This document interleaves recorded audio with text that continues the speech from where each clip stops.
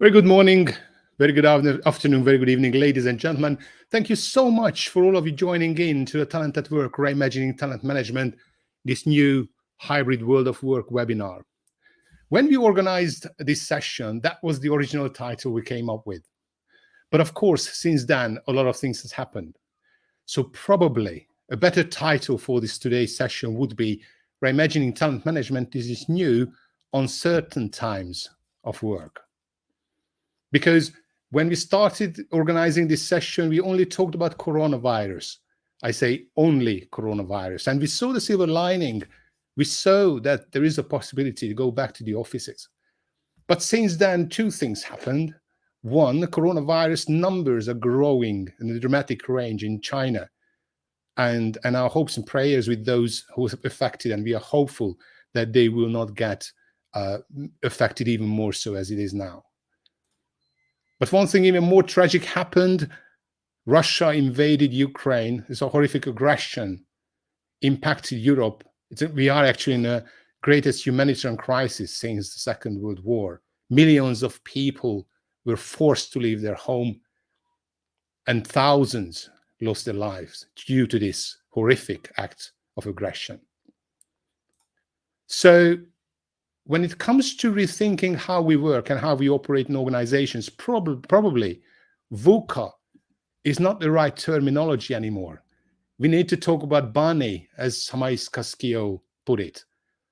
BANI is brittle, anxious, non-linear, and incomprehensible. Because the situation is not just unstable, it's kind of chaotic. And it's not just hard to foresee what will come next, but it's highly unpredictable.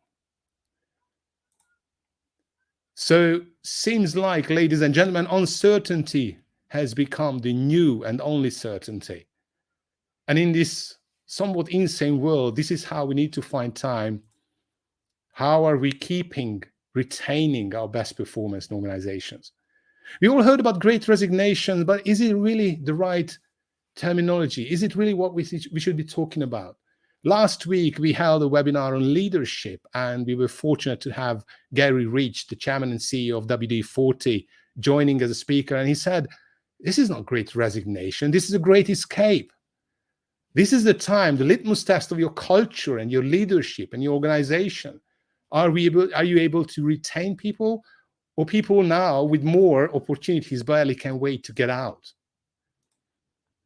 So what are we going to do in order to make sure that our people are not just able to attract, but develop and retain the right people to our organizations? So we'd like to keep this session as interactive as possible. So please do use the chat box, say hello, tell us where you're from and what you would like to get out of this session. Use the Q&A for questions and answers, because it's important that you walk away with some tangible ideas. And of course, use this opportunity for network, to build bridges. We have over 2,000 people sign up for the sessions. We have people dialing on literally from around the world. Hello, Folter from Ottawa. Thank you so much for being here with us. So use this opportunity to build bridges across organizations, across continents. And once you've finished the webinar, please come to our portal, hrcongress.com, where you find lots of inspiring content and ideas and articles and videos and free masterclasses. It's all for free. So use it as an opportunity for further development in your profession. And I'd like to take this opportunity to thank our partner, Personio. Personio makes it possible to run this webinar for you. Personio is an HR tech company, all your HR processes in one simple, intuitive tool. So if you'd like to find out how you can free up time from administrative burden, how you can improve HR efficiency by focusing on what really matters, then probably you need to visit personio.com and just take a look at the product or book a demo.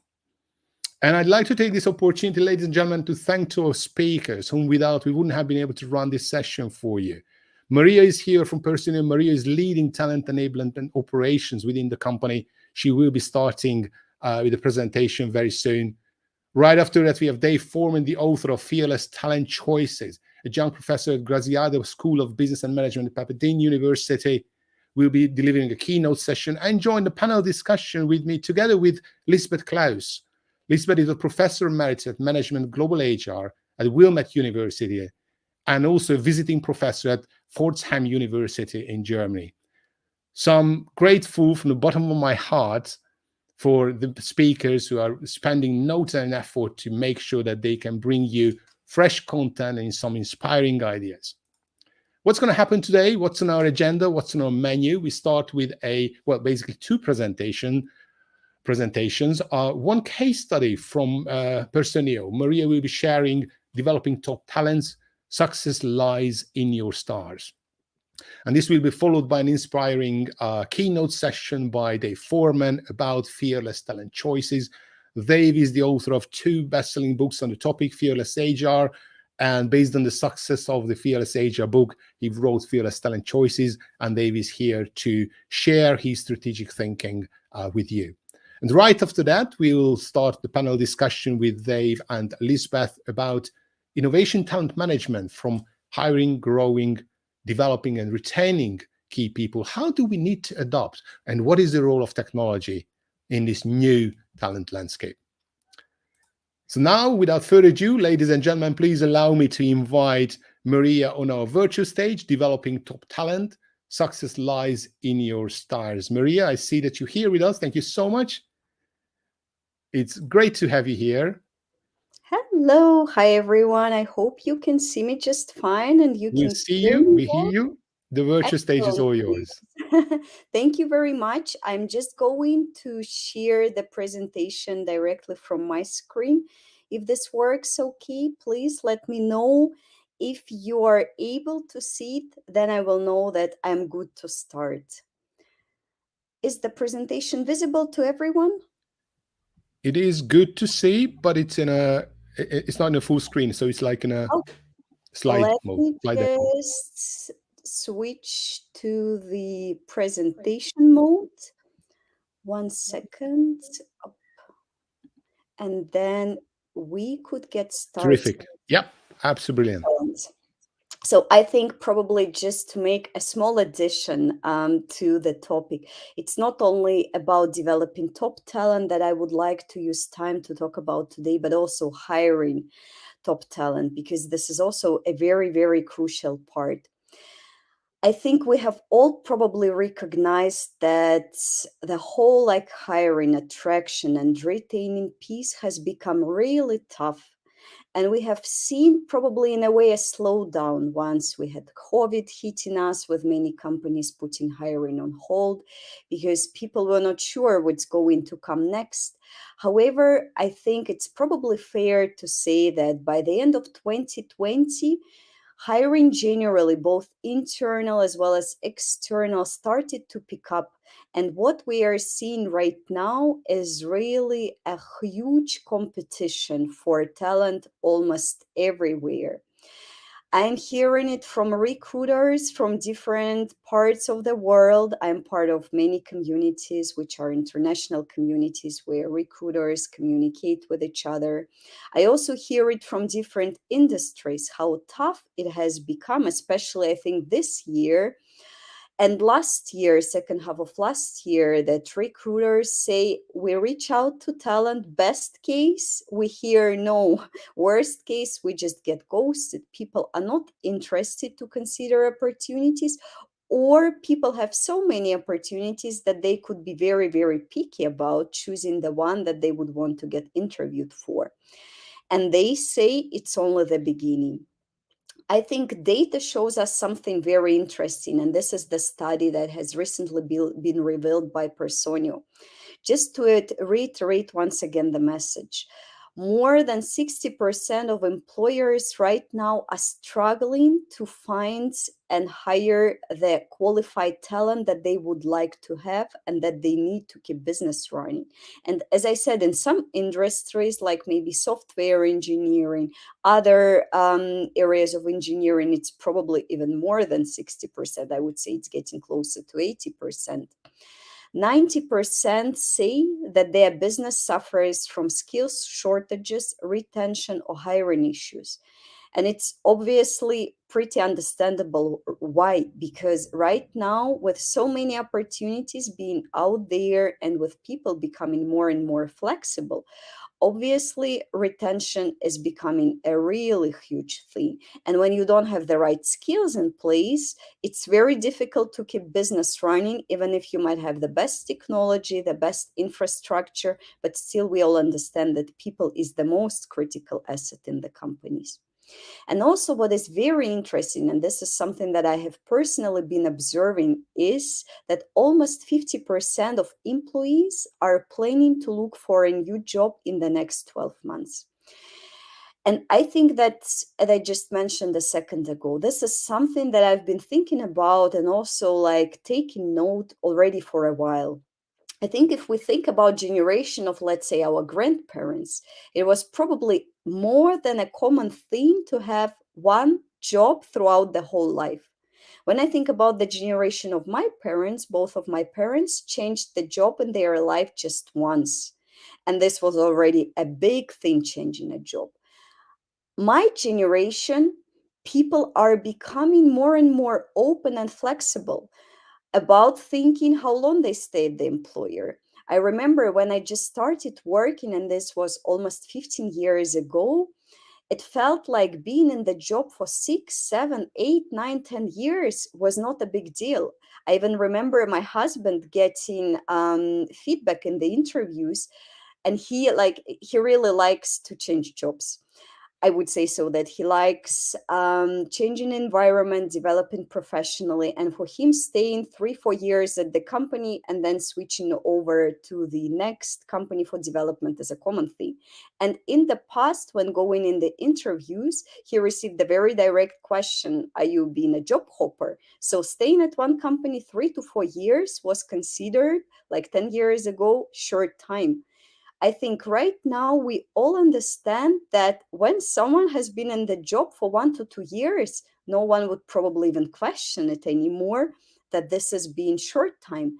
And I hear a lot that people say this is even going to continue to evolve further, that everyone who has been in the job exactly this 12 months is going to be open to considering new opportunities, because we are now in this type of a completely different new market environment where there is so much more flexibility, but also generally like the change about how we think about staying long at the company, staying short at the company. And they are saying that it might even go in the direction of more in future having more and more of the temporary assignments, having more and more of freelance offers. I'm very curious how it's going to look like in the next 10 years, but definitely there was also a really huge shift in what has been happening about people perceiving the time of them staying at one role. And we see that it's becoming shorter and shorter. And this is why I'm personally not at all surprised that almost 50% of the people would be open to look for the new job in the next 12 months. And what it means for us as employers. Obviously, if we are not having the right talent in place, our company is at risk these days. I think it's probably very straightforward and doesn't require explanation. So when you don't have people who might be able to work on the product, your product is at risk because you might not be able to deliver it on time. When you don't have people to deliver services, then obviously your customer satisfaction is going to go very much down, and you will see a very high churn rate where basically the customers will decide to go to a competitor company. And this all is very closely linked to having the right talent in place. And losing talent means a whole lot of trouble for us as employers. And I think it's also very probably clear for everyone that as a company, we should try and do our best to be the A-list employer. And here it has two components connected to it. So there is this external component, basically how we are positioning us as a company on the external market. And that's all about talent attraction. And here we need to be proactive. We need to provide some ongoing visibility. And I'm going to talk a little bit more in detail about this in a second. And there is obviously also an internal talent retention, because internal people are those that you have already won, but you obviously you want to keep them. You don't want to see them going, because if they go, then you would have this external bit once again, where it might be even harder to attract the same person, not the same person, but the person for the same job or the same profile once again. So now let's talk a little bit more about the external talent. I think that many of you, or maybe everyone here today, know how important the employer value proposition is. But for those of you who might not necessarily have really closely dealt with, like with the employer value proposition, let me just explain it in very simple words. So basically, the employer value proposition is what it is that makes your company unique as an employer. What is there for the people who would want to join your company? Why would they want to work for you? So what is it that is making it so special? And I think it has two components. It's like what it is that the company leadership want the company to be as an employer, what it is that employees perceive as important, and what is their reason why they joined the company, and how the company would want to be seen by the external market and by the external talent out there. And by putting all of this together, you would get the employer value proposition that then you could use for storytelling. And I think that many people really underestimate the power of storytelling, because it's not about trying to deliver lots of corporate messages out there. And I think we have all also realized and seen that there was such a huge evolution about how we talk to the people outside. In the past, it was really very formal, very corporate, but now we see the tendency is to talk in a much more authentic way and sound much more human. And I think using this type of authentic language, telling the story of your employees who have joined the company, who have been developing, changing jobs within the company, sharing success stories, and having the whole strategy behind it. So what is the story that you want to tell? How would you want people to react when they are reading the story? Would you want them to be excited about the company? Would you want them to consider applying? Would you want to do first one thing, then the other thing? So there is this whole strategy behind telling the story, which should be based fully on your employer value proposition. And obviously, when developing a story, you need to know who your target audience is and what their talent drivers are. And this is going more in the direction of candidate personas. So you need to know who the people are, where they spend time, what the channels are out there, what their interests, what they might be doing in their free time, and also what it is that makes them excited about maybe joining a company or changing a job, what it is that really drives them to consider starting a new job or making a professional change. And by knowing this about your target audience, you might be able then even better shape the story that you can tell to the world outside. And I think also many people forget that in the end, we are talking here about the journey. So if you have recruiters in your company who, when getting the new job open, going on LinkedIn and start to approach people cold, I can guarantee to you that in 95% of the cases, they are going to lose.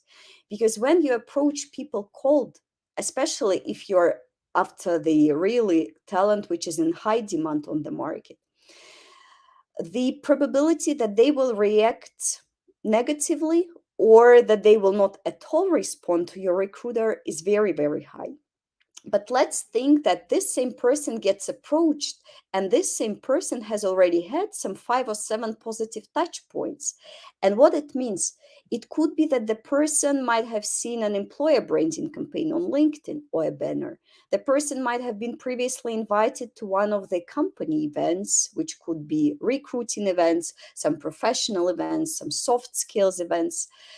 The person might have already been there at some career fair and talked to one of the recruiters and was really positively surprised about the company. The person might have seen the brand of your company somewhere in the news, on one of the news feeds that they are following. And obviously, if then your recruiter approaches an individual with a person already having this whole prehistory of relationship to your brand, and not only to the brand, but specifically to the employer brand, the chance that they will be open to talk about the opportunity is much, much higher. So remember, it's always a journey, and approaching someone who is completely cold, especially if you are operating in a market with high competition for talent, is going to bring you probably to a very dissatisfactory results. But if you are having your, whether this is employer branding team or maybe talent marketing team or talent acquisition team, you could have different people running all these activities, which could be employer branding activities, which could be nurturing activities. This could be events. So if everything before this is really done in the best possible way, then I think you are going to see that the response rate is going to go very much up. And you will also see many people being willing to convert from like cold leads, cold talent leads, to becoming active applicants. And I think also one of the things that I have realized has become a huge game changer in the last couple of years are talent pools. And many companies are talking about talent pools, but I think not really everyone understands exactly what some of the best strategies might be that could really help you bring in this proactiveness. So I think one of the things that I have realized is it's very helpful to identify upfront what your required talent pools are. So let's imagine you know that next quarter you are going to hire 5 software engineers. And looking at the data, you know that normally to hire 5 software engineers, you need round about, let's make it up, 50 quality candidates. For you to make 50 quality candidates, you probably need round about 150 to 200 leads, talent leads, because not each of them would be interested in a specific opportunity. So basically, then you could check, do I have already those 150, 200 talent leads? In best case, my CRM or my ATS, that I might be able to convert them. And then if you are seeing, oh, I only have 50 in this specific location, then it's obviously call to action. And of course, all of this is huge work. And this is why you cannot really do this without having the right technology in place. And having tools like CRM, or some of the ATS systems now have those CRM modules that could help you build out this whole talent database and use it for nurturing the talent and seeing what's there available already inside your own talent database, could help you proactively plan the right employer branding campaigns, so that in the moment when those 5 software positions open, you already have ready talent pools waiting for you, for your recruiters to tap into them and convert them into active applicants. But obviously, also the great thing about this is if you have built these talent pools, and let's say you have hired those 5 people, you will keep having those individuals in there and you can continue engaging with them, so that for the moment when there will be another 5 positions coming up, maybe some other individuals could get converted and best case get hired. So really think about talent pools. And now let's use time to talk about internal talent, because we don't have so much time left, but obviously it's very important. It's not only the external component, but it's also a very huge part about internal component. I think the first question that you might want to ask yourself is, what is your top talent company strategy? And I hear people saying a lot, we want to hire only top talent. But I always get very, very skeptical when I hear this, because you don't need top talent for each and every position. It normally then creates a very unhealthy competitive atmosphere. And also, top talent normally know that they are top talent and they would tend to leave you more often if you are not able to offer them the things that could retain them. And this is why I always say that depending on the company and also the industry in which you're working, it's probably fair to say that top talent could be between 5% to 30% of all your talent. 70% should be the right talent. So obviously, if you have, let's say, some ongoing roles that look into some mess things, repetitive tasks, you don't need to hire top talent for this. But there is definitely probably a bulk of positions where you would want to have individuals with really amazing skills who could have a multiplier effect on the success of the company. So think about this. What is your top talent company strategy? Do you have one at all? And if yes, is this 5%? Is this 10%? Or maybe your leadership wants it to be 100%. And then this might be the right time for you to consider challenging them on this and think about what would be the healthy ratio. And now let's talk a little bit about how you identify top talent. Obviously, having performance checks and performance process in place could be a huge game changer. Because if you have also a system that could enable you to track performance, you would always have data as HR function to know exactly who the people are who have exceeded expectations, who have outperformed, who have really outstanding performance. You will have all of this data in place. Obviously, you could also use peer and crowdsourced feedback, which is very helpful because then the people would be able to say who they consider being the top talent out there. And then obviously you might have different level of OKRs, so objectives and key results in place, or any other initiatives who could also help you see who those individuals are who tend to overperform and always exceed their goals, but maybe even go above their usual goals. And by having all of this data in place, you might be able to look and say holistically, what is the top talent that you have right now in the company?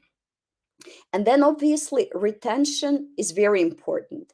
And you would want to retain all the employees that probably perform to the level that you find meeting your expectations. But especially when talking about top talent, so people who are really moving the company forward, who are having this multiplier effect, you might probably want to go an extra mile and consider what else you could do that can keep them working further for the company. And I think that many companies tend to forget that being the employer of choice doesn't stop when someone starts their first day at the company. I personally spent almost 14 years at my previous employer before joining Personio. And one of the reasons for this was that whenever I mentioned that I work for the company, people always said to me, "Oh, wow, how cool." And this made me proud. I think we all need to have this pride feeling of working for our employers. This could be different reasons, right? But we all need to have a feeling inside us that we are feeling really proud and grateful to be part of the employer's journey. And I think many companies tend to forget about this. They put a huge focus on external employer branding, but how employees are feeling internally, are they satisfied generally? Are they not? This is not always necessarily having the right focus that it should have. And actually, very interesting data from LinkedIn. In fact, 28% less turnover could be if you have a strong employer brand. So if your people, your employees, whenever talking to their friends or maybe colleagues in other companies, and whenever they mention, I work for that company, and they hear, oh, wow, that's great, they're doing cool stuff, or I heard they are really a great employer, then believe me, they will tend to stay longer at the company because this is extremely important. So make sure to revisit your employer value proposition regularly, but also talk to the employees and see how they are feeling and take their feedback. Also, I think we all understand that it's not enough when you just get hired for a position. It's probably satisfying for the first 12 months, and then you start asking yourself questions. What would I want to do next? And this is why employees obviously expect their businesses, their managers, their leadership to help them develop. And this is why the best employers have a clear career management framework in place.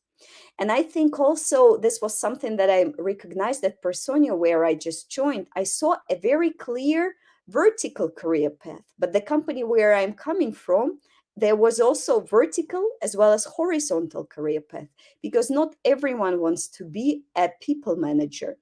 And this is also very important to think both ways. What's the vertical path, but what's the horizontal path that you can offer to the employees? And work with your managers to help them understand the importance of career development through performance growth cycles, feedback techniques, and also goal setting frameworks.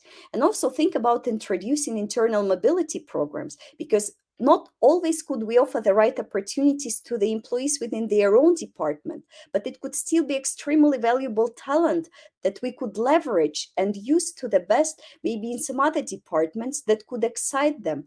And this could be a win-win situation for employees and the company itself. And learning is earning, because obviously salary isn't everything to top talent. They would want to learn, and they want to see a variety of learning options. And also, it shows that the engagement gets increased to 21% when there are the right learning and development opportunities offered.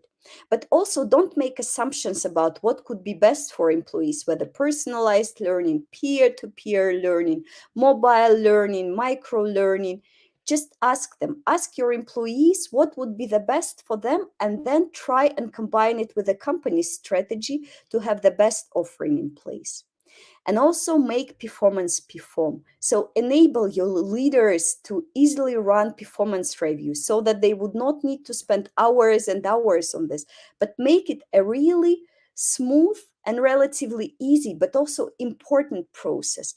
Plan it well, communicate, and then use the automation where possible. I see my time is over, so I'm going to wrap it up and just once again to summarize the key takeaways. Employer branding is extremely important externally as well as internally, for retaining your employees, for developing your people, for making people feel pride in working at the specific company. Focus on the career growth. Think about internal mobility if you have not yet already started implementing it. Remember that we all want to learn and grow, so offer different learning opportunities. Make sure that you have regular performance cycles. And remember, retention happens everywhere, always. And this is just the new beginning. So make sure to try and do your best to become an A-list employer, and this will help you attract, develop, and retain talent in the new era. So thank you so much for your attention. Are there any questions up front? Otherwise, I'm done with my presentation. Maria, thank you so much. That was very, very insightful. Really, really appreciate it. Ladies and gentlemen, if you have any questions, just use the chat box. Just put the questions there. I certainly took quite a few notes, and very interesting. You've mentioned top talent, and the question pops in my mind while we're waiting for the audience to ask questions in the chat box. Is a top team made up of top talents? So do we have to have everybody as A player in order to build up an A team? In my personal opinion, I don't think so. I think that this is sufficient, again, depending on the team, but this is sufficient to have sometimes a couple of really top players who are going to be the driving engine behind the team. And then they would be the ones who could motivate and really inspire everyone else. In my personal experience, I felt like putting only top people in one team in place often brings to some tension, to too much competitiveness. And ultimately, if the team is not able to collaborate effectively between one another, then the team is not going to perform the way we would want. So I think it's all about using the smart approach. And again, depending on what the specific project or what the specific team is that they should deal with, always try and use common sense. Do I really need to have top players in each and every role on the team? Or do we need to have people who are doing the job right and to the level that we expect, and maybe having 2 or 3 top performance would be sufficient to moving team forward? Indeed, and an example pops in my mind is in ice hockey. They don't just recognize the one who scores the goal, but they also recognize the assist, who actually helps the striker to score that goal. Does it require us to rethink performance management, in our view, to move away from the individual performance management to look at more holistically at the team level? That's a very good question. I think probably this would go in this direction in future.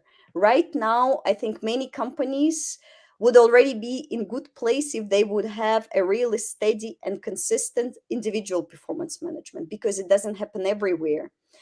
And this is why I think for us to move to the next level, looking at the team management in total, we probably first need to set the fundamentals and make sure that the individual performance is running. But I fully agree with you that probably not now, not for every company, some companies might already be there. I think at Personio, we are probably not yet there, but we are also a very young company. We exist since 2015, and we have really drastically grown only since last year. And this is why many of the topics that we are now keeping ourselves busy with is more about line fundamentals. So right now we're at this point of making sure we have the right fundamentals line, and then I think we will start thinking about next level. So here I'm probably not yet the expert to provide a better answer. Thank you so much, Maria. That was very, very useful. Thank you for your presentation, for your questions. And of course, the good news is that on 24th of May, we actually have the next forum will be on performance management. So it's not the scope of the current session. Maria, thank you so much for being here with us. And ladies and gentlemen, as we move on, the next on our virtual stage will be Dave Foreman. And Dave is here. If you would kindly turn your camera and microphone on, Dave, and join me on my virtual stage. And we are talking about fearless talent. Thank you, Dave, for dialing in from all the way from San Diego. So the virtual stage is all yours. Thank you. Let me get my slides up here if I can.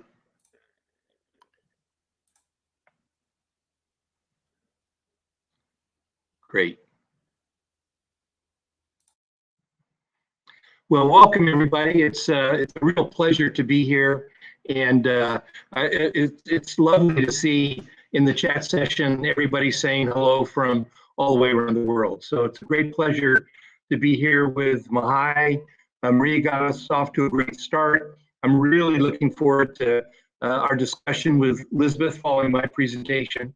And again, it's just a pleasure to be here. I'm going to be focusing today on a book that I've written that really talks about the notion of reimagining talent and talent management in the times that we have. And it's called Fearless Talent Choices. It's 3 primary themes, and this is very consistent with what Mahai started us off with in terms of the world that we're living in these days. Relentless change, the fact that the world is a much smaller place. We're not just all connected, we're interdependent.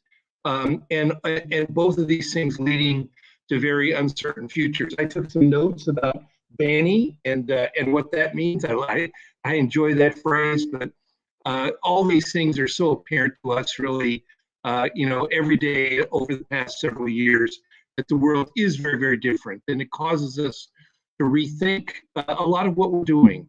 And what I see is we're moving towards organizations that are more agile, open, transparent, inclusive, human, effective, and reciprocal. And by reciprocal, I mean they work for all the stakeholders, all the people involved. It's not just the company, it's not just the employee, it's the community, it's a variety of different perspectives that need to be in place.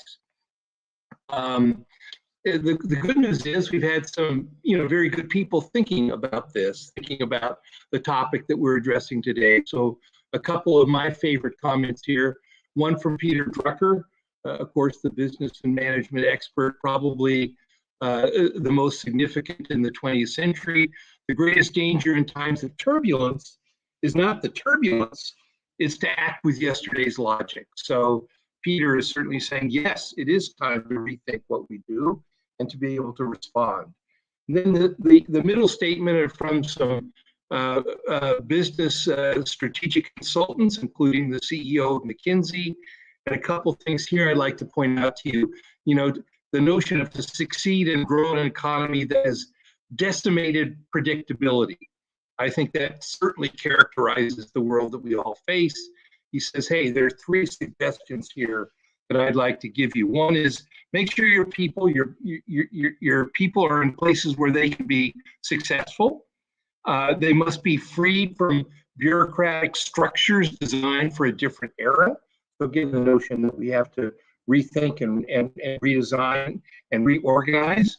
And they must be afforded the opportunity to continually learn and expand their skills. So as we heard from Maria, learning is earning, the importance of continuous learning to a world that's constantly changing. And then finally, from Microsoft, I think an important notion here from Microsoft saying that, in this time, we think about productivity and moving forward, and 3 things that are most important: collaboration, learning, learning again, and well-being, personal balance and well-being. So I think these are good ideas to keep in mind as we all struggle with the notion of how do we find strength from the adversity that we're all experiencing, which again, I think is a nice catchphrase as well, again, to think about this new world. So this is Fearless Talent Choices. I know this is a bit tough to see, but there are a couple of things here I want to point out just briefly. The first is that the forward to my book is by Gary Ridge, and Mahai talked about him. Gary is the CEO of WD-40. He's a frequent participator at the HR Congress, and if you haven't had a chance to listen to Gary, he's a true gem. So he's a delightful leader. He's a delightful thought leader. So please avail yourself of that opportunity. And then Dave Ulrich has said some kind words about the book, and we'll certainly talk about Dave. I know Elizabeth has some comments as well about Dave, and certainly a preeminent person in our field, and again, a very dear colleague of Mahai and a frequent contributor to the HR Congress.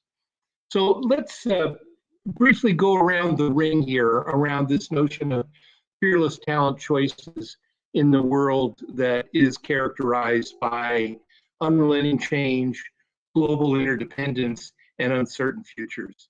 And I'll briefly highlight these. I've got some examples and a couple tools and thoughts for you around a couple of these going forward. So the first one is the notion of business-driven. And given all the noise that goes on in the world and all the cataclysm that we face, this is particularly hard for organization these days. Are we not just doing things right? Are we doing the right things? And the key words here are align and focus. And with so much noise, it is difficult to focus on what's really significant. When a car is out of alignment, it wanders all over the road. The same thing happens to organizations. So the importance of being aligned and focusing on the significant few things that can make a difference is very hard to do in times of turbulence, but it is increasingly important to stay on track. Be a lead time ahead. And here the key word is anticipate. We can't just live in the present. Certainly the last several years have taught us this. We have to be able to anticipate. We have to be able to think about possible futures. None of us can predict the future, but we can all start to prepare for possible futures. And I think as leaders in our organization, I think the more that we can help people do this, the better off we're going to be able to serve our organization. I guess we're having some audio issues here. I will try to speak either louder or get closer to my system, see if that helps. I think, David, can be, sorry for interrupting, it can be the connection. I don't know, we tested, it worked really well before we started the session, but now it's like, it's like a very static voice. We may try, if you could just log off and log back on straight away, that might be able to fix the issue. So probably it's okay if you just stand by for a minute, because the voice is not too clear. So you're going to do that, Mahai? No, I think it's from your end. If you could log off and log back on again, that should fix the problem. All right. I will endeavor to do that. Thank you.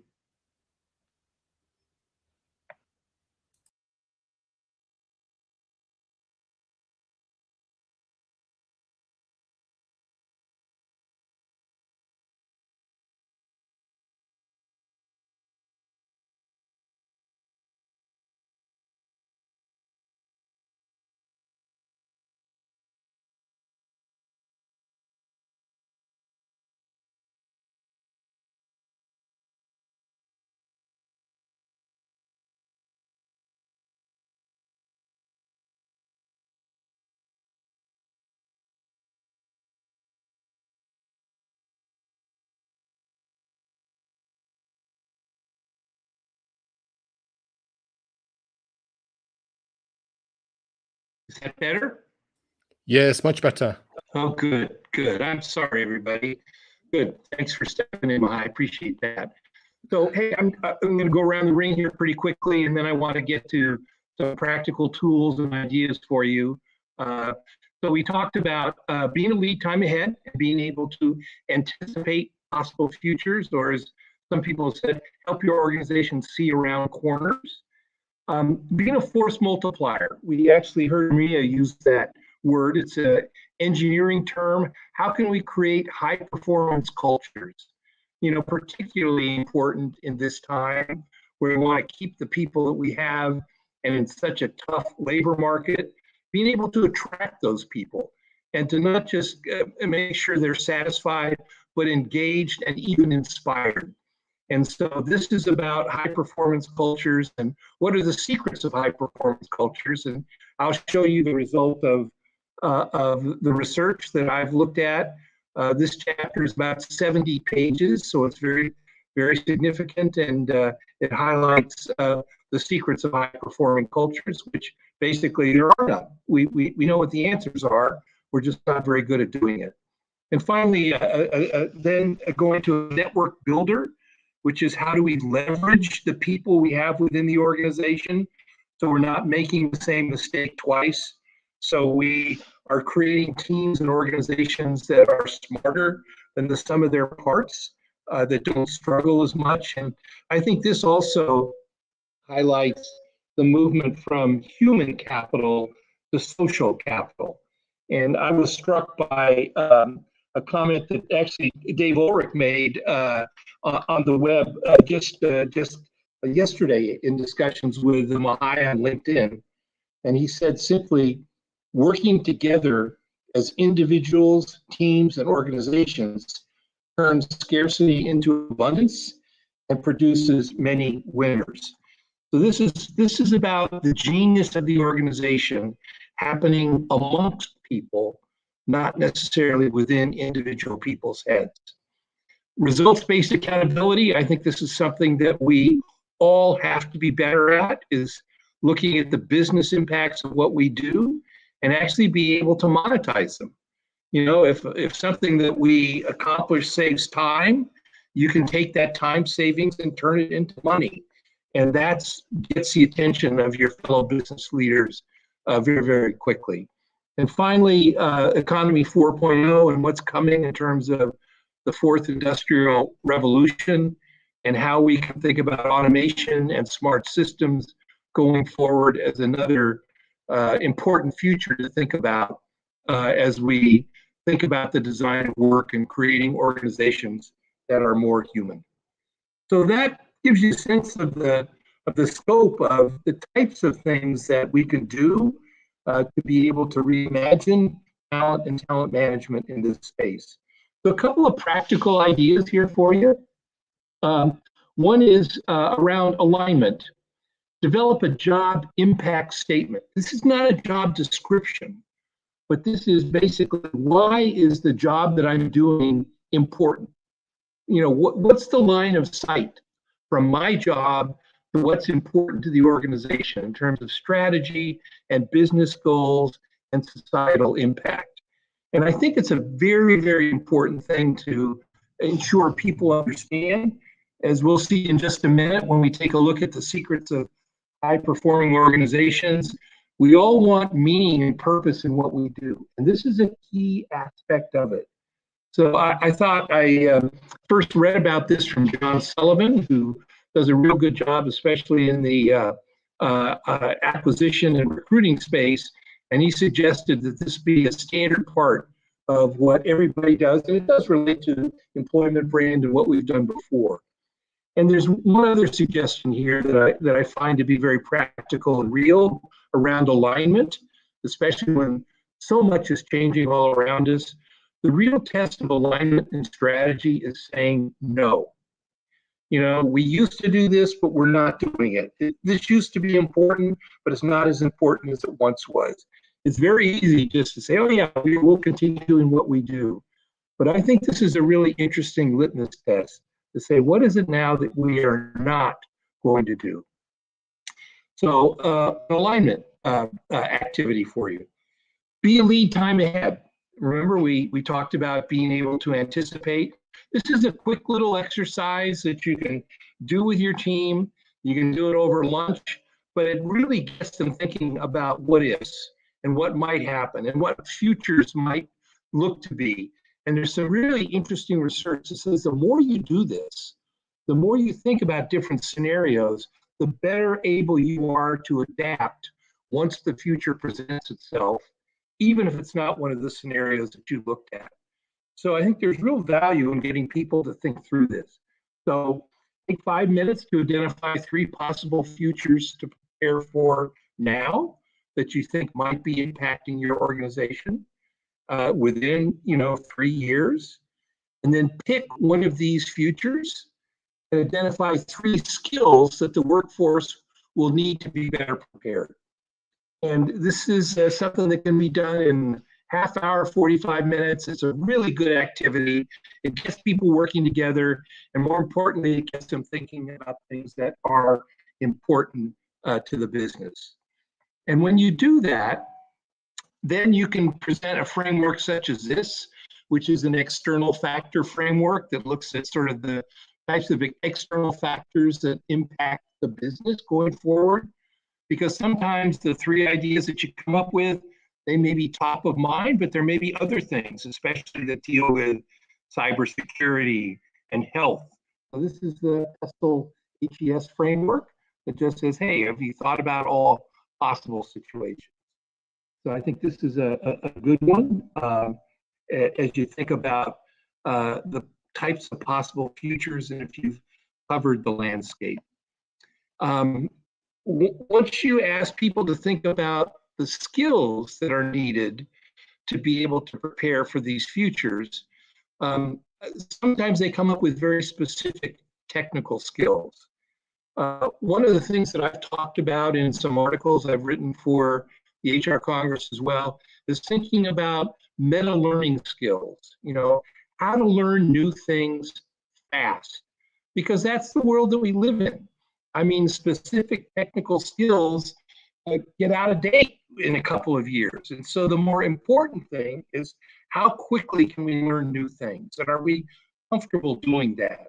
And some of the meta skills that you see here may seem to be more like personality traits, like curiosity. Sure, some people are more curious than others, but we can get better at each one of these things by practicing them. So the notion of, when you see a list of specific technical skills, I think actually the more valuable skills are these meta learning skills, because you can learn and continue to learn as you go forward. I mentioned the notion of a force multiplier, the high performance workplace model. And this is the model that I talk about, which basically has looked at a great deal of research and has characterized it into this space. So this is, how to improve the workplace so the workforce can be unleashed to drive business results.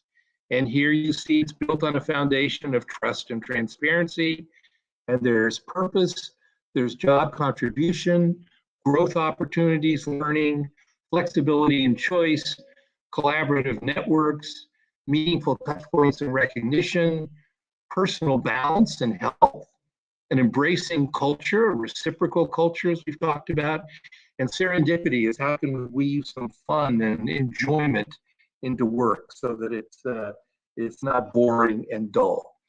And there are about 70 pages dealing, with these topics, with tools and practical ideas. But what is interesting is that the research is very, very consistent around these areas. There's a high degree of interrelationship between people who've been looking at this for 20 or 30 years. And so we know these things are important. And in some organizations and for some groups of people, certain of these things will be more important than others. The top 3 or 4 reasons why people join and leave companies has actually stayed fairly consistent over the past 3 or 4 decades. And that's meaning and purpose, is what I'm doing matters. Flexibility and choice. Do I have the opportunity to forge my own path and make choices, or is everything dictated to me? Opportunities to learn and grow, so I improve my experiences and the sets of things that I'm exposed to and had the opportunity to participate in, and then certainly the well-being and personal balance and health piece would be a fourth one to add here. So these are all things that we know. A couple of other insights here before I finish up, and about what I see happening kind of in the world of work is that we are moving away from sort of an individual focus. This gets right to Mahai's question about performance management discussions between the individual and teams. And you see some interesting movements here. Again, the notion of moving from human capital to social capital to, and Dave Ulrich's work here, I think, has been instrumental in my thinking, where he talks about victory through organization. And by building strategic capabilities in the organization, you can provide 4 times as much value as if you're just focusing on individual top talent. And so there's some real interesting movements here. And one of the movements is in teams. I've just finished an article that Mahai has published on the HR Congress that says work is now a team sport. And 80% of the work done in kind of mid to large size organizations are done in teams. And you see these teams as being quick forming, agile, self-governing, cross-disciplinary, and it's the way a great deal of work gets done today, and you see the benefits. Greater connections, a focus a lot more on collaboration and diversity of thought, innovation from effective teamwork, and sense of community. One of the notions here is that I think we have talked a lot about engagement for 2 decades, and it is important and it is critical, but I don't think it's enough anymore. I think we need to start talking more about collaboration, and you see that especially in teams and groups working together. So less about individual measures and more about how teams and people work together going forward.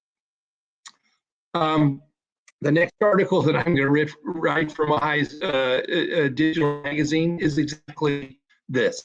It's about sort of this new balance. And for me, a relatively simple phrase, given all that's happening in our field and all the turbulence and everything, is, what we're about is improving the workplace so the workforce can flourish and drive business results. And we have to do all 3. It's not focusing on just wellness or just saving money or just, it's all 3. And the relationship between the 3, the common threads between all 3 of these things, I think are very important. Personally, I think this is also the order. The notion, even the most beautiful flower will die in a barren garden. So improving the workplace so that talent can flourish and be unleashed, and that we're not limiting people's or perspectives, and we get more people to be involved in the business and own the business by participating in it. So I think the phrasing here is one that I just wanted to pass on to you. And finally, be fearless. Getting confident about doing these types of things and speaking up, because we are the stewards of the most important asset in the organization. And I think especially in times of uncertainty and noise and turbulence in the system, we have to be a strong voice for forging strength from adversity that we all experience. And when we do that, good things happen. So I hope this has been a useful kind of summary and preview of Fearless Talent Choices. I wanted to give you a sense for what the book is about, some of the key findings, a couple of practical tools. But I do think this is a great time to be in the profession that we're in. There's certainly challenges and difficulties, but the opportunities are immense for us to impact people and communities and making organizations more human going forward. So thank you very much. I want to make sure we have time for learning and listening from Elizabeth, as well as any questions that I might be able to answer. Thank you so much, Dave. That was obviously, looking at the chat box, it really resonated well with people. There's a lot of positive comments. And ladies and gentlemen, Elizabeth Klaus has joined our panel. Elizabeth mentioned my introduction, Professor of Emeritus at Management and Global HR at Wilmette University, and she's also a visiting professor at Pforzheim University in Germany. Elizabeth, thank you so much for being here on the panel discussion. So, ladies and gentlemen, please put your questions in the chat box. And we are talking during this panel. We are talking about innovation in talent management. How do we need to rethink how we attract, how we develop, how we retain talent, how we retain people in organizations? And prior to this session, we had a conversation with Dave and Elizabeth. Elizabeth brings a very interesting point of view as an HR professional working very closely with the profession. So let me start asking you, Elizabeth. What's your take? What's your view on the evolving change when it comes to talent, dealing with talent and organization? Okay, first of all, thank you, Maria and Dave. I was also taking lots of notes, Mihai. I'm a note taker, which is a metacognitive skill that Dave was talking about learning. Well, I'm a great fan of Dave's book. Actually, both the Fearless Talent Choice, it's always here on my shelf with my other favorite books. But I differ somewhat conceptually with Dave's model. And just as I differ with Dave Ulrich's human capability framework, and of course, both are brilliant HR thought leaders that I respect a lot, but it's okay to have a different opinion, and makes for a healthy intellectual discussion. So we are simply viewing HR from different lenses. Both Daves, which I would call them both Daves, you look at how HR contributes to individual talent and to the organization from a strategic lens. And that's a very important lens to take. But I start from HR's point of view, from the trenches. And that's probably because it is next year will be 50 years that I'm actually in the HR trenches in the profession. And so I paraphrase a famous saying in the 1950s by Alex Inkelis, who said, sociology is what sociologists are doing. And I say HR is what HR people are doing. And that's where the perception of our image in HR comes from, whether we're an HR generalist, an HR specialist, a CHRO, we are perceived from the outside. And so I check whether what we are doing in HR, and by the way, it has changed dramatically over the years. Since 1994, in my research, I actually have a select sample of HR practitioners in different functions and roles write down diaries every 6 minutes of what they're doing. And so for the last almost 30 years, I've been analyzing what has changed in their activities. And there is a little lag between the trends that everybody is talking about and what HR is actually doing, which is normal, theory versus practice. So I check what they are doing, and then I see whether it's in line with the environment, which is in line with the changing environment. And then I check whether HR has the competencies to add value. As Dave Ulrich said, our transactional activities do not really add much value, but we have to do them at a high level of excellence. And that's where some of the tools like Personia software comes in, some of the tools that we can use to assist us to augment our capabilities and to take away some of our transactional activities so that we're not just HR responders and transactional people, but we can also become HR architects. I think it's a great time to be in HR, as Dave said, because for probably COVID was a silver lining here, that our role is finally becoming recognized as being important, right? And that HR impact statement of your role that Dave talks about, I think that's really a very important thing. But our role is now being recognized, but it's also a lot more complex. And it requires multiple competencies.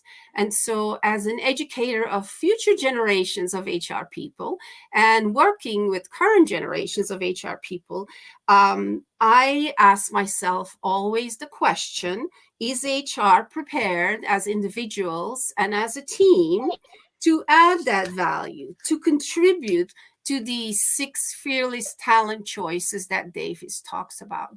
And I'm not going to say whether I believe they are or not. I mean, we have some brilliant HR practitioners out there, but my niche is really HR learning. Learning and awareness of the way we learn, those metacognitive skills, but also our skills, our upskilling, our reskilling.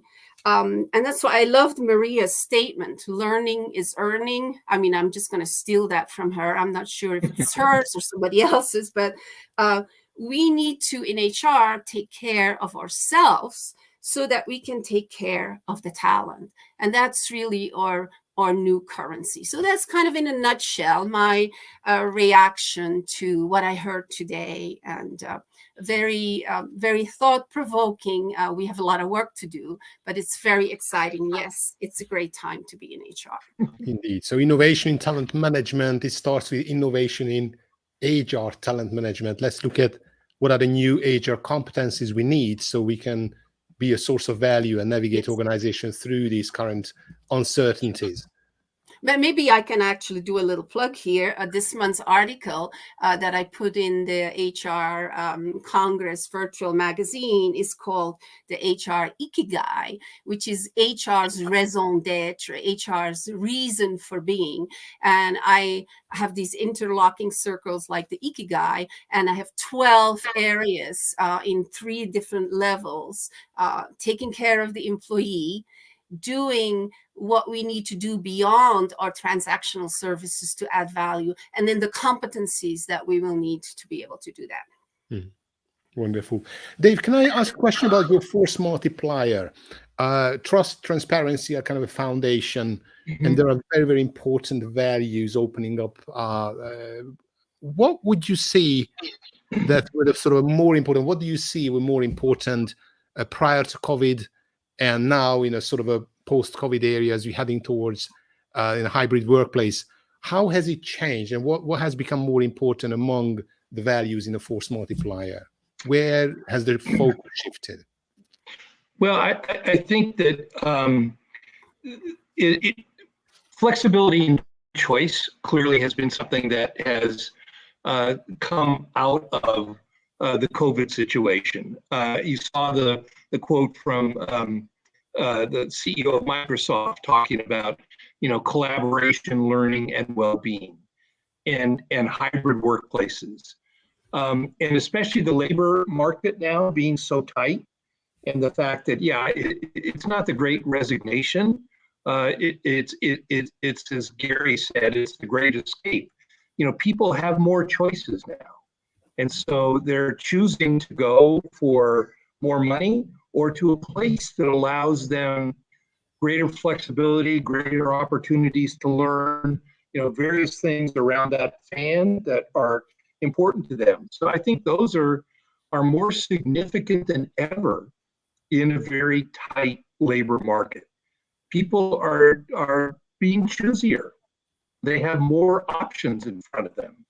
That they can make better selections and go see. I think one of the things that employers are doing is being more open, trying to involve more people in various aspects of the business, whether it's open forum innovations or bureaucracy busters, or ways to get people stickier and more involved in the business, so that they feel like they're an important part, not just simply, doing something to get it done.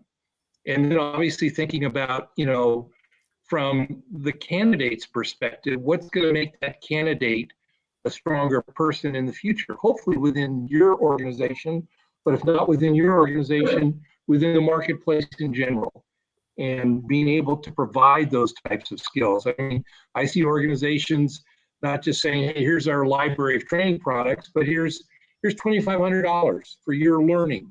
You spend it the way you want to spend it. We want you to grow and develop, and here's a way in which we're going to make that happen. I've seen organizations create pop-up offices where they basically say, this was pre-COVID. I think we will get back to it, but to say, we want people to be able to connect and collaborate better. And if we've got 5 different locations, let's get people from those various locations, go to some other place and work together for 2 weeks. And yes, you're going to have very specific accountabilities, but a big benefit of that is greater collaboration, people getting to know each other, and they start to see some real benefits in terms of innovation and new products being developed. I think it's being more innovative about the workplace, and being able to design experiments and see what works and what resonates, to be able to make the workplace as effective and as attractive as it can be, so that talent can flourish, so that we see the results in business results and other impacts that are important to the organization. Brilliant. If I may add to that, yes, so absolutely. If I may add to that, I think something that's really in need of innovation is the structural innovation in terms of workers' rewards, the rewards for the talent.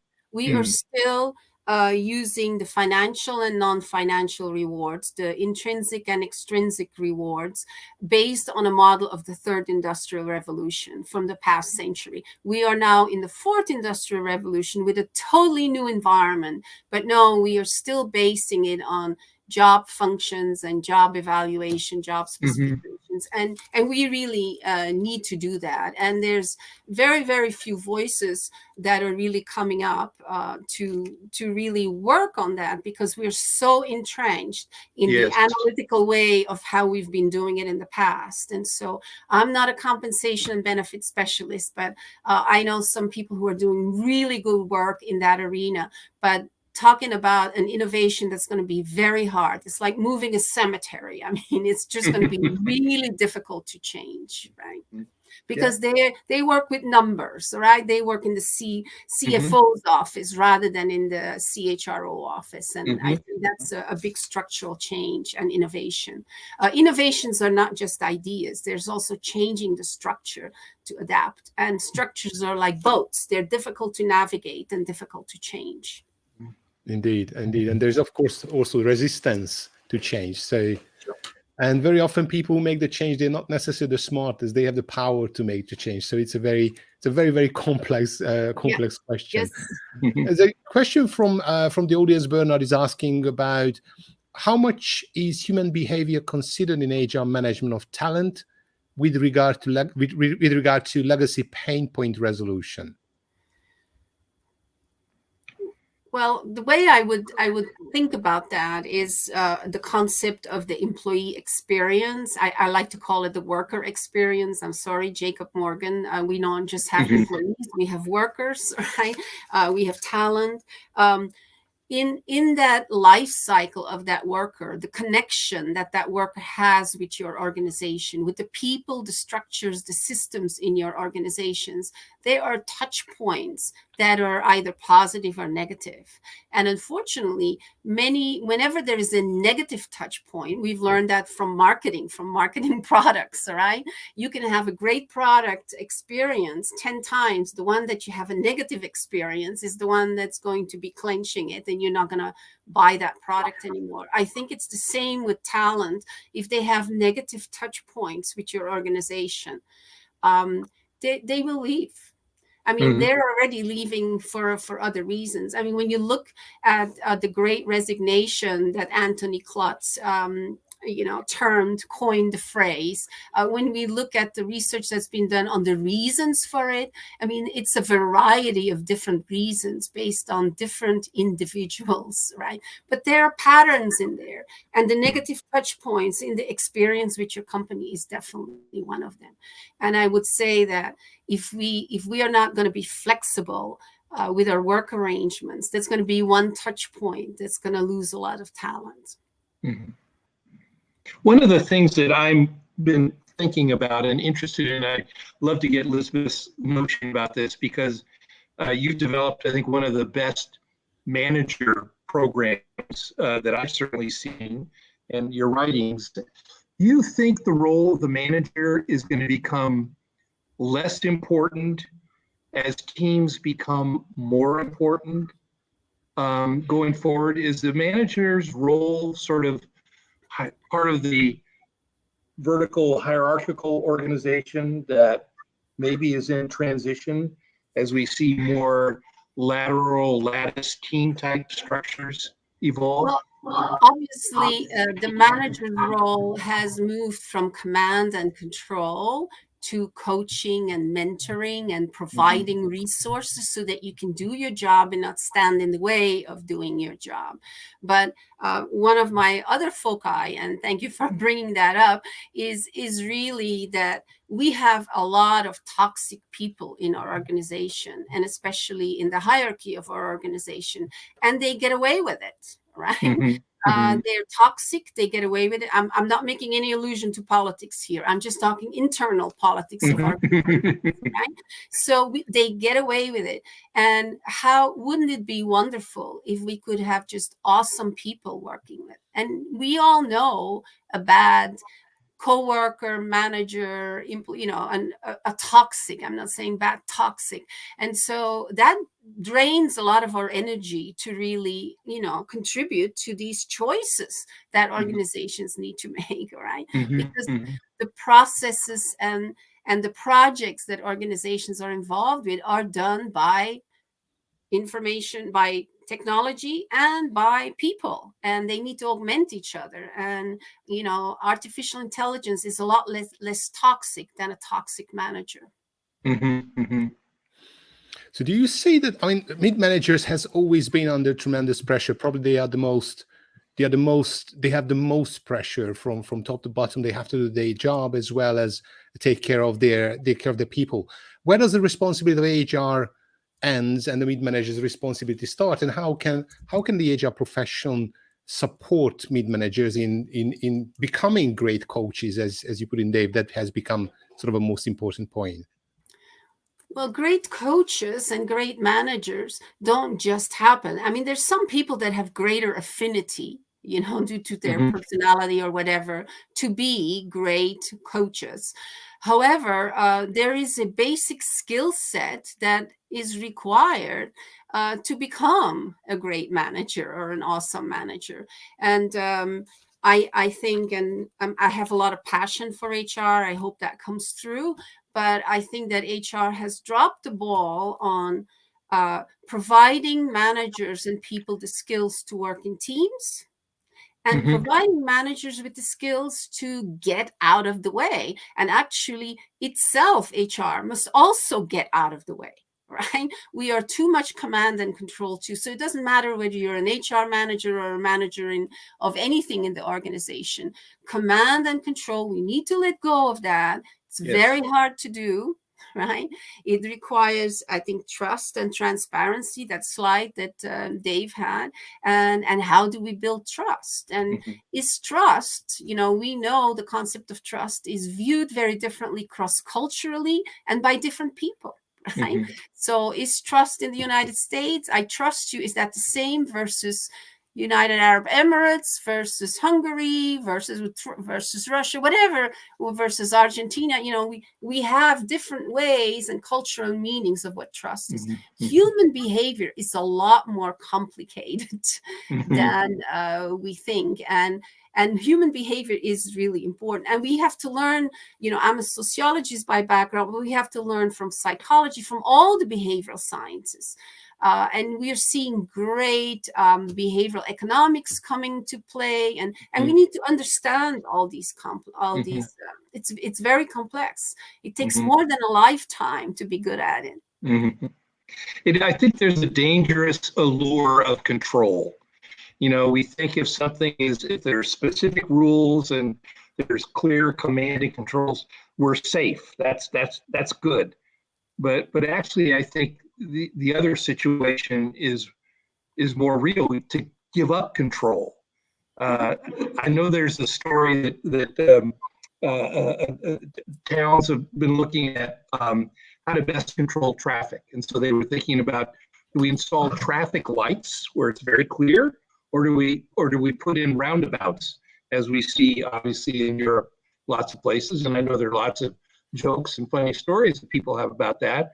But on one side, I think it's kind of a parable about control. Seemingly, the traffic lights, provide clear direction. When it's red, what you should do. They should be giving us, better traffic flows, fewer accidents, safer situations. But exactly the opposite happens when you look at the data. The roundabouts are safer, traffic flows more smoothly, because we're basically allowing people to make decisions given some kind of rules and principles, but we're not telling them specifically what to do. And when we tell them specifically what to do, especially in this day and age with cell phones and all sorts of distractions, everybody thinks they should be stopping or going or exercising caution, but they're actually not, because they're distracted.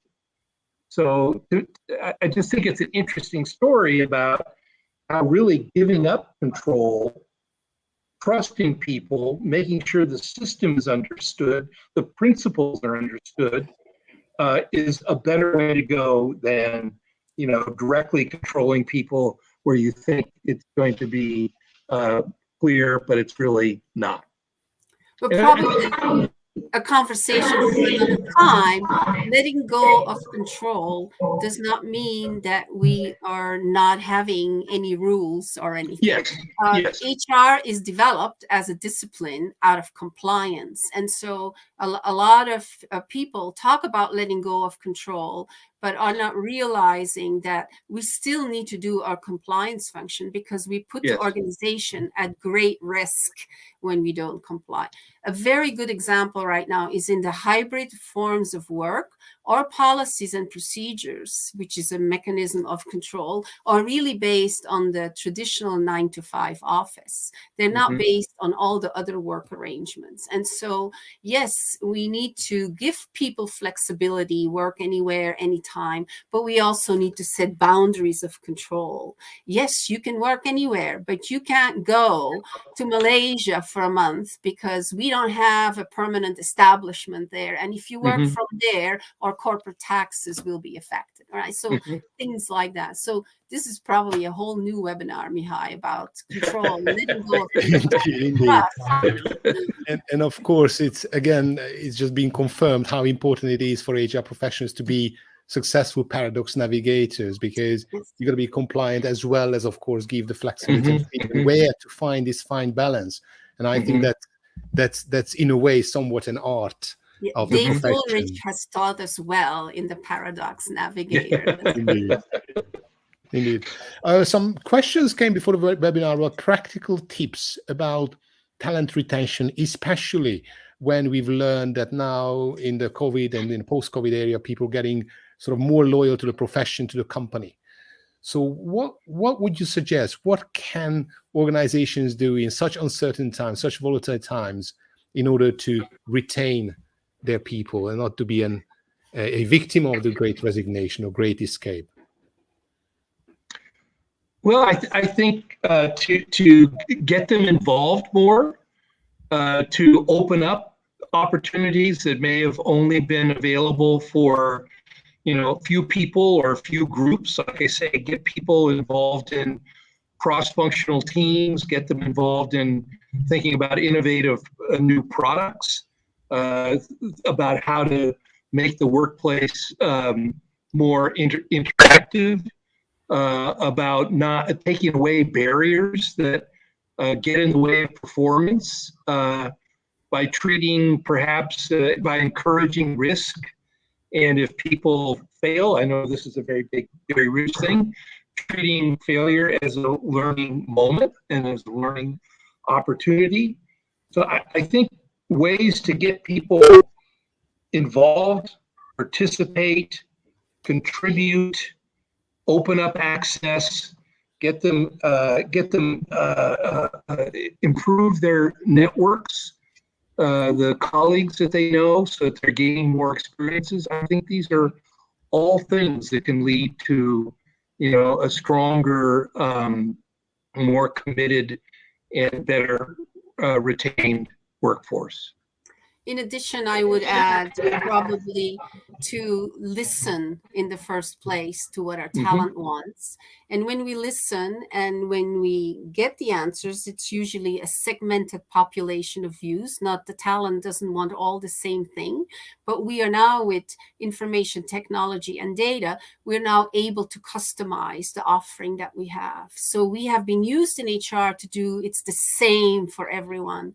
Same doesn't mean equitable, same, So listen, greater transparency. I think we all suffer from that. That's the command and control. Why don't we publish our salaries? Why don't we have sunshine rules on what we earn? Depending on the part of the world that we are in, equity, diversity, and inclusion is becoming, if I don't feel I belong, and it's not a question of the numbers, but can I bring my authentic self to work, right? My authentic self would have a cat or a dog here in my office, right? That's my authentic self because I love animals, right? So can I bring that to my work? Or do I have strict rules about, again, command and control? So, well, by the way, the Great Resignation, I just saw some data, isn't happening in all the countries in the world. It's a worldwide phenomenon, but the countries that are very high on uncertainty avoidance, I mean, a country like Belgium, for example, we have not seen the Great Resignation there because people are holding on to their job, even if it's a rotten job or a job that I don't like. They're holding it because they're more security oriented. And that's very dangerous for HR too. So a new technique that a lot of companies are using is regular stay interviews between the manager and just the communication. Besides the coaching, is that what do you like about what you're doing here? What could we improve?